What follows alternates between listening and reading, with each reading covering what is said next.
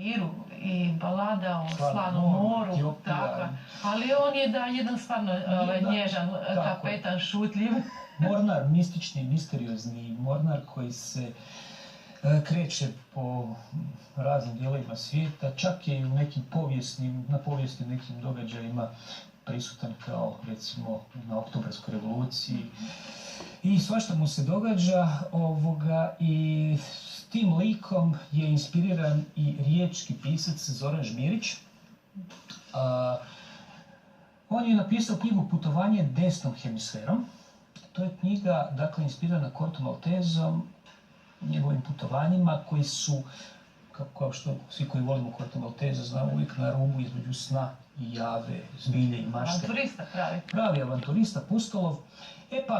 Žmirić je, iako piše u prvom licu, ali on je neki, čini mi se, surogat između Žmirića i Corto Maltesa, jer doista sve te njegove priče tako variraju te neke misteriozne, mistične teme. Isto ga ima posvuda kao i Corto Maltesa.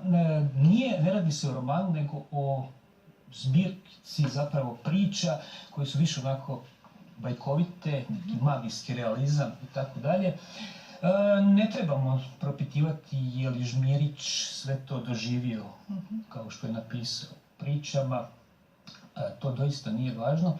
Bitno je da putuje također po cijelom svijetu, od Indonezije, Tibeta, Indije i svuda se susreće sa onako čudnim likovima i obično nešto istražuje.